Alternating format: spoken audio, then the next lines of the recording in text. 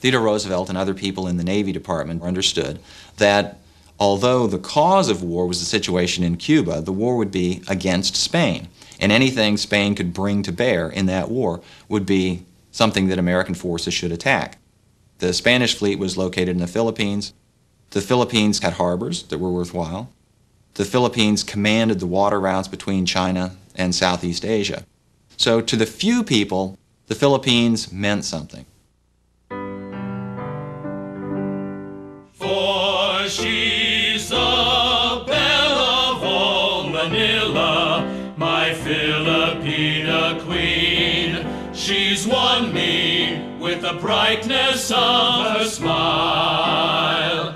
An Orient. Spain had ruled the Philippines since the early 1500s.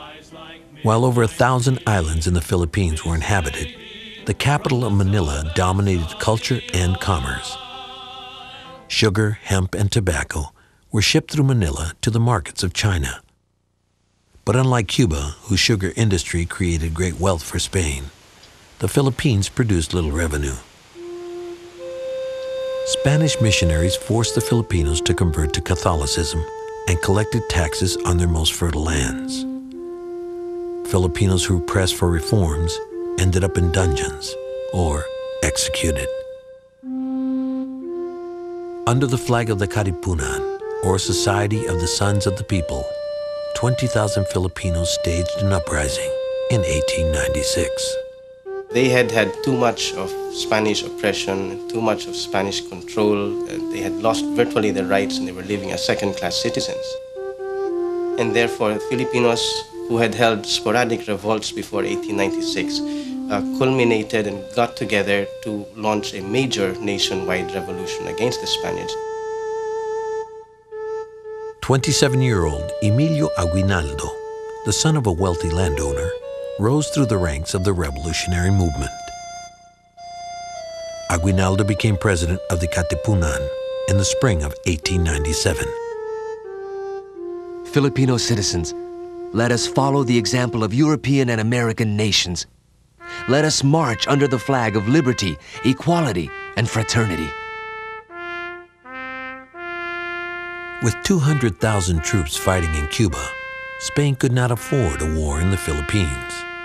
Spanish officials approached Aguinaldo with a bid for peace. And one of the conditions was for the revolutionaries, the leadership anyway, to be exiled to Hong Kong and to be paid a sum of money. And then certain reforms should be instituted in the Philippines.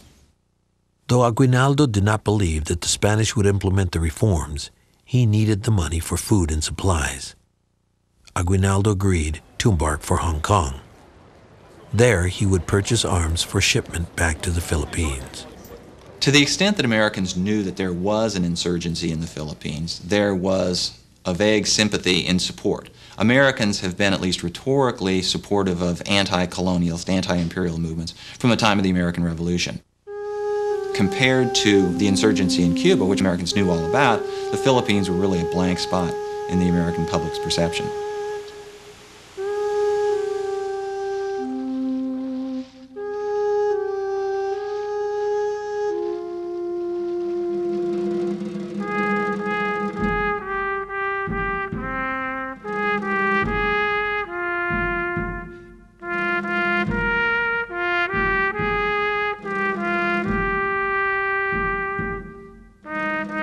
Through 1897, the New York newspapers portrayed Cuba as a damsel in distress, Uncle Sam as her gallant savior, and Spain as the villain, in an intriguing romance of war.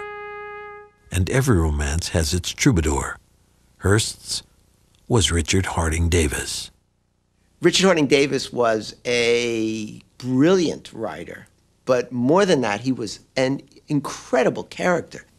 Hearst paid him $3,000 a month plus expenses, which was absolutely phenomenal.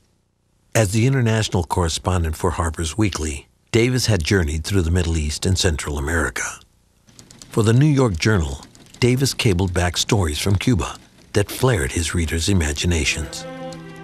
One story described the young Adolfo Rodriguez, sentenced to die for joining the Cuban rebellion. The officer of the firing squad whipped up his sword. The men leveled their rifles. The sword dropped, and the men fired. The Cuban sank on his side without a struggle or sound and did not move again. At that moment, the sun shot up suddenly from behind them, and the whole world seemed to wake to welcome the day. But the figure of the young Cuban was asleep in the wet grass, his arms still tightly bound behind him, and the blood from his breast sinking into the soil that he had tried to free. Richard Harding Davis. President McKinley read a dozen newspapers a day. Like millions of Americans, he was touched by Hearst's portrayal of Evangelina Cisneros, a convent-educated Cuban teenager imprisoned by the Spanish in Havana.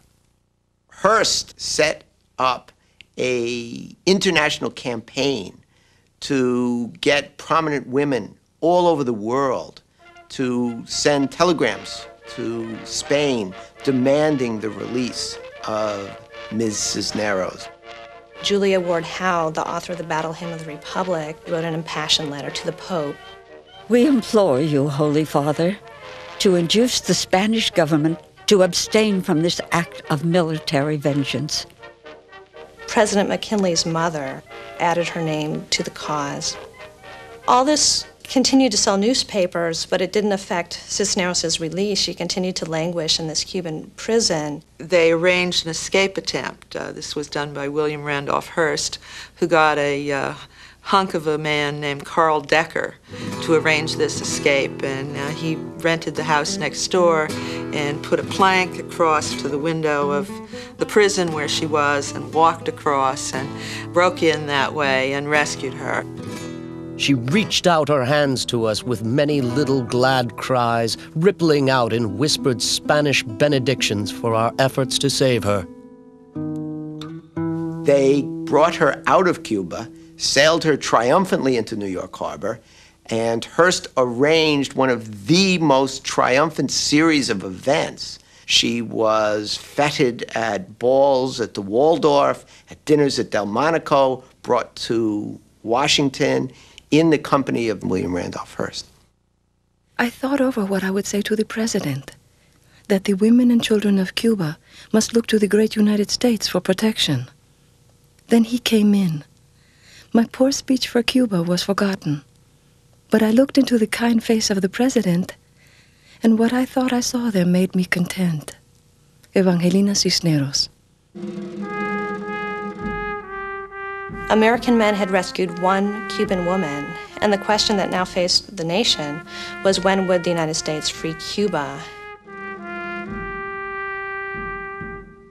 President McKinley appealed to the Spanish government to restore peace in Cuba and reviewed his military options. He invited Assistant Secretary of the Navy Theodore Roosevelt on a carriage ride through Washington. McKinley had been very reluctant to appoint Roosevelt because he knew that Roosevelt was a hawk and was possibly likely to get us involved in a war. But Roosevelt took the opportunity to convey the fact that the U.S. Navy was very well prepared if they had to fight Spain over Cuba. I urged getting our main fleet on the Cuban coast after war is declared, and at the same time throwing an expeditionary force into Cuba. I doubted if the war would last 6 weeks. Meanwhile, our Asiatic squadron should blockade, and if possible, take Manila. Assistant Secretary of the Navy, Theodore Roosevelt.